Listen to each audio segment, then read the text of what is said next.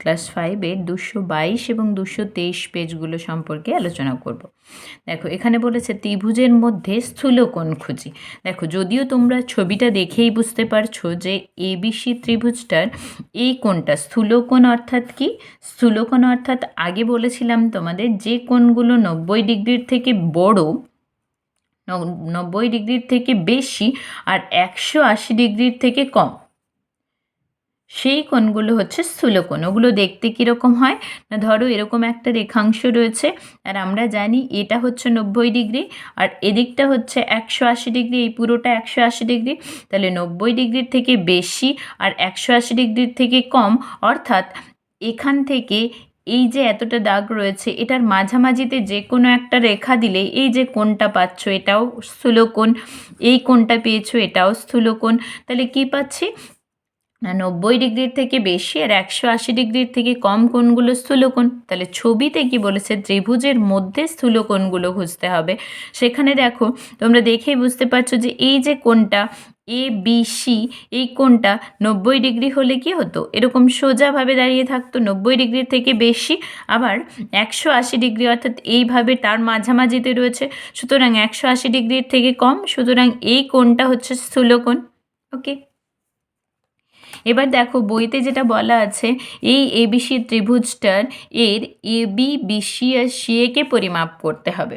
ওকে, এবিকে যদি আমি পরিমাপ করি তাহলে কি হবে, এই এখানে রয়েছে এ বি, এবির দৈর্ঘ্যটা মাপতে হবে, এ বি, এবি হচ্ছে 4.4 সেন্টিমিটার, বড় 4 ঘর গেছে। তোমরা আগেই দেখেছো, একটা ভিডিও অলরেডি দিয়েছি যে রেখাংশের দৈর্ঘ্য স্কেলের সাহায্যে কিভাবে পরিমাপ করব। যাদের দৈর্ঘ্য পরিমাপ করতে অসুবিধে হবে তারা ওই ভিডিওটা একটু দেখে নিও। তাহলে 0 থেকে দেখো 4 ঘর বড় গেছে আর ছোটো ঘরগুলো 4টে ঘর এসছে। ওকে, এরপরে দেখো বিসিকে পরিমাপ করতে বলেছে। বিসিকে দেখো, বিসিতে 5 ঘর বড়টা গেছে আর ছোটো 1 2 3 ঘর গেছে, তাহলে বিসি হচ্ছে 5.3 সেন্টিমিটার। আর সিএ অর্থাৎ এই বাহুটা বা এসি বলতে পারো, এসি বাহুর দৈর্ঘ্য হচ্ছে, এসি বাহুর দৈর্ঘ্য হচ্ছে 8 সেন্টিমিটার, তাই তো 8 সেন্টিমিটার। এবার দেখবে 1 দশমিকের পরের 1 ঘরগুলোর অনেক সময় হেরফের হতে পারে, সেটা ঠিক আছে, কোনো অসুবিধে হওয়ার কথা নয়। এবার লক্ষ্য করো এখানে দেখিয়েছি যে অতএব ত্রিভুজ এবিসি এর এবি ও বিসি বাহুর দৈর্ঘ্য, এখানে অ্যাকচুয়ালি বইতে করতে চেয়েছে এবি আর বিসিকে সমান দেখাতে চেয়েছে, কিন্তু ছবিটা যেখানে আঁকা হয়েছে সেখানে দেখো দুটো দৈর্ঘ্য আলাদা হয়ে গেছে। তো এখানে এই ছবিটার ক্ষেত্রে এরা সমদ্বিবাহু ত্রিভুজকে দেখাতে চেয়েছে। পরে দেখবে আছে বিষমবাহু ত্রিভুজ। সমদ্বিবাহু ত্রিভুজ হতে হলে এই দুটো বাহুর দৈর্ঘ্যকে সমান হতে হবে। সুতরাং এখানে দিয়েছে দেখো এবি ও বিসি বাহুর দৈর্ঘ্য, এখানে তখন সমান লিখতে হবে, তাই না?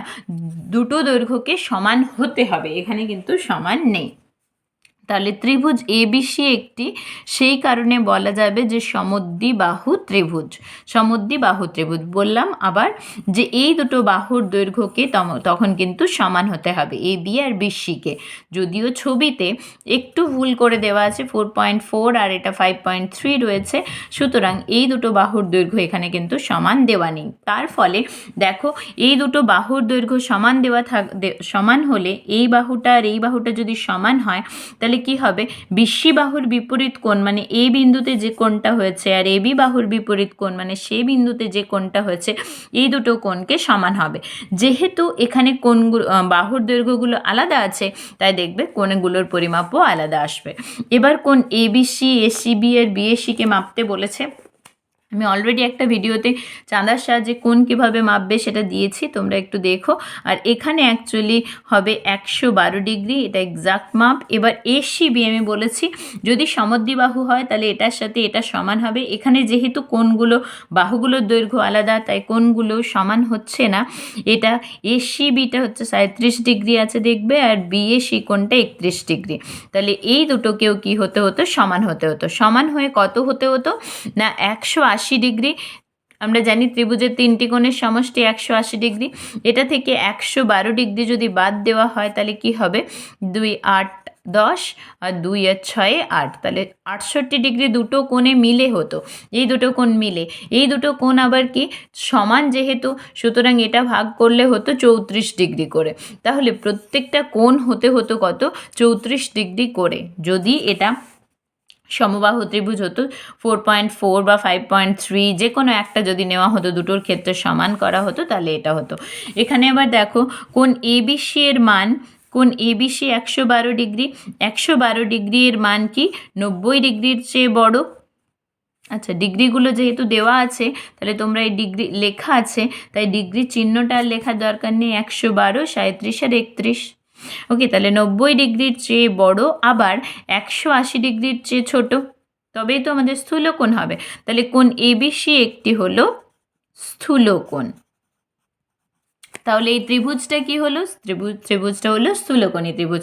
তাহলে আমরা দেখেছি আগে কি যে ত্রিভুজের একটি কোণ স্থূলকোণ তাকে বলা হবে স্থূলকোণী ত্রিভুজ। তাহলে এটার ক্ষেত্রে দেখো কোণ এবিসিটা স্থূলকোণ, সুতরাং এটা স্থূলকোণী ত্রিভুজ। এবার লক্ষ্য করো কোণ এবিসি, এসিবি আর বিএসি এই দুটো মিলে কি হবে? দেখো যদি আমরা 112, 37 আর 31 ধরি, তাহলে কিন্তু 180 ডিগ্রি হবে। আর অ্যাকচুয়ালি যদি আমরা সমদ্বিবাহু ভাবি, তাহলে কি হবে?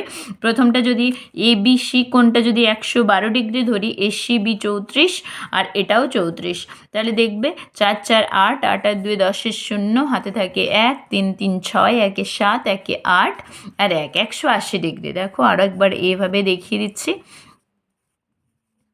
4 4 8, 8 আর 2 10 0, হাতে থাকে 1, 3 3 6, 1 7, 1 8 আর এটা হলো 1। এবার এই তিনটেও যোগ করলে দেখবে এই 180 পাবে। 7 1 8, 8 আর 2 10 0, হাতে থাকে 1, 3 3 6, 1 7 আর 1 8 আর একটা নেমে যাচ্ছে।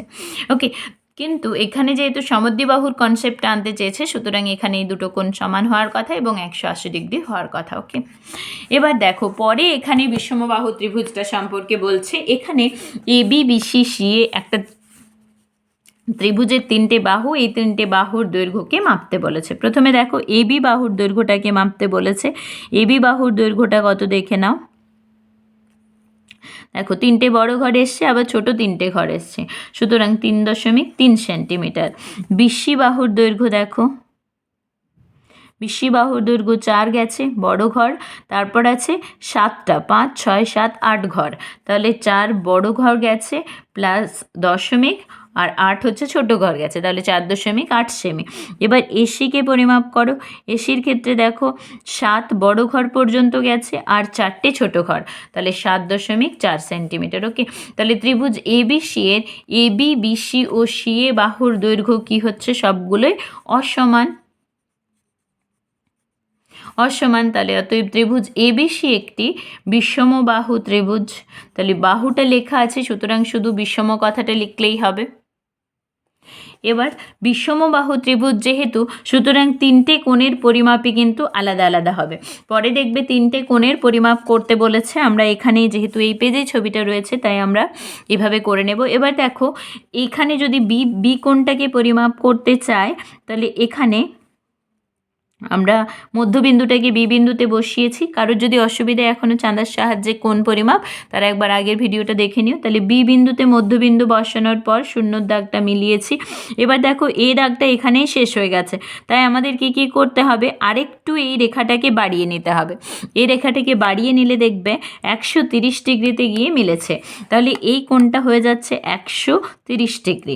ওকে, এরপর দেখো সি বিন্দুতে যে কোণটা আছে সেই কোণটা মেপে নাও। সেই কোণটার মান কত হচ্ছে দেখো,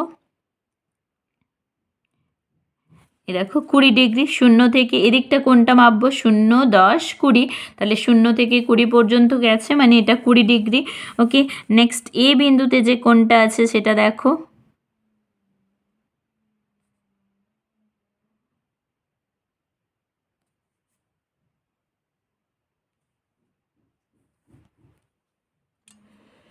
ওকে, নেক্সট এ বিন্দুর কোণটা হচ্ছে, এ বিন্দুতে মধ্যবিন্দু বসাবে। মধ্যবিন্দু বসিয়ে এইভাবে যদি পরিমাপ করি, দেখো 0 থেকে 30 পর্যন্ত গেছে, মানে 30 ডিগ্রি, তাহলে এই কোণটা হলো 30 ডিগ্রি।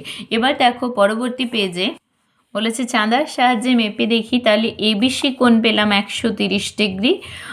আচ্ছা, ডিগ্রিটা বাইরে যেহেতু রয়েছে লেখা আছে, তাই এই ডিগ্রির চিহ্নটা দেওয়ার আর দরকার হবে না।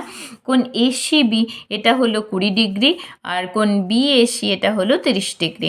এবার বলেছে কোণ এবিসি এর মান, এবিসি এর মান কত পেয়েছে? 130 ডিগ্রি।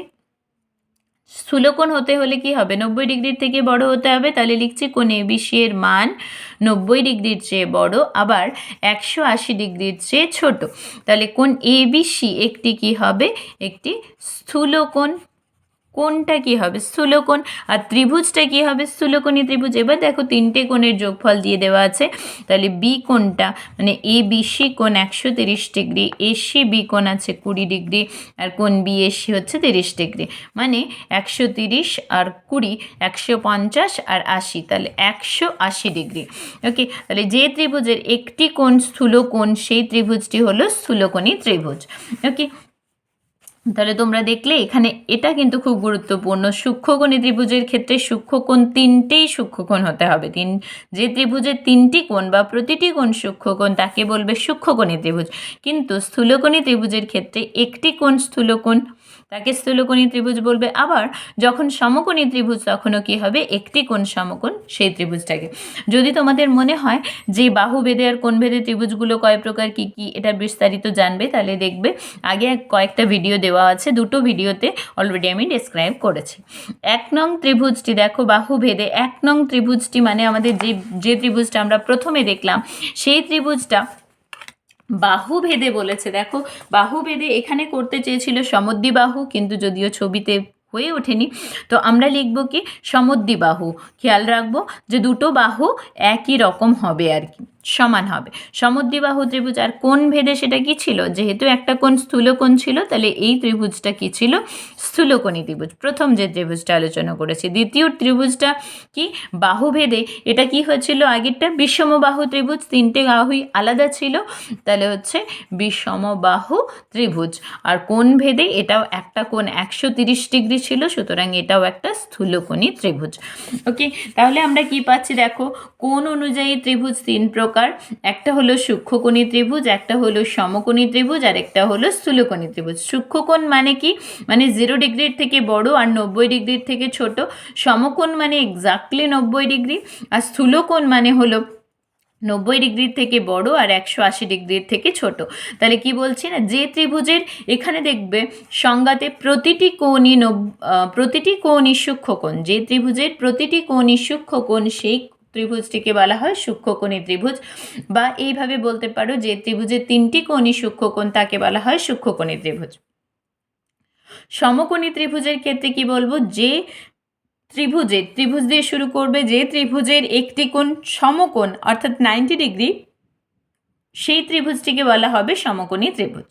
ওকে, নেক্সট স্থূলকোণী ত্রিভুজ। এখানে দুটো জিনিস খেয়াল রাখবে, একটি কোণ, এখানে একটি কোণ সমকোণ অর্থাৎ 90 ডিগ্রি, সেই ত্রিভুজটাকে বলা হবে সমকোণী ত্রিভুজ। আর যে ত্রিভুজের একটি কোণ স্থূলকোণ সেই ত্রিভুজটাকে বলা হবে স্থূলকোণী ত্রিভুজ। ওকে, নেক্সট বলেছে বাহু অনুযায়ী ত্রিভুজ তিন প্রকার। এটা আমরা অলরেডি আগে ভিডিওতে দেখেছি, যারা দেখনি তারা একবার দেখে নিও। বাহু অনুযায়ী ত্রিভুজ তিন প্রকার। প্রথমত হচ্ছে সমবাহু ত্রিভুজ, মানে যে ত্রিভুজের তিনটে বাহুই সমান। আর তারপরে হচ্ছে সমদ্বিবাহু, অর্থাৎ দুটি বাহু সমান। আর একটা হচ্ছে বিষমবাহু, মানে তিনটি বাহুই অসমান, সেই ত্রিভুজটা হচ্ছে বিষমবাহু ত্রিভুজ।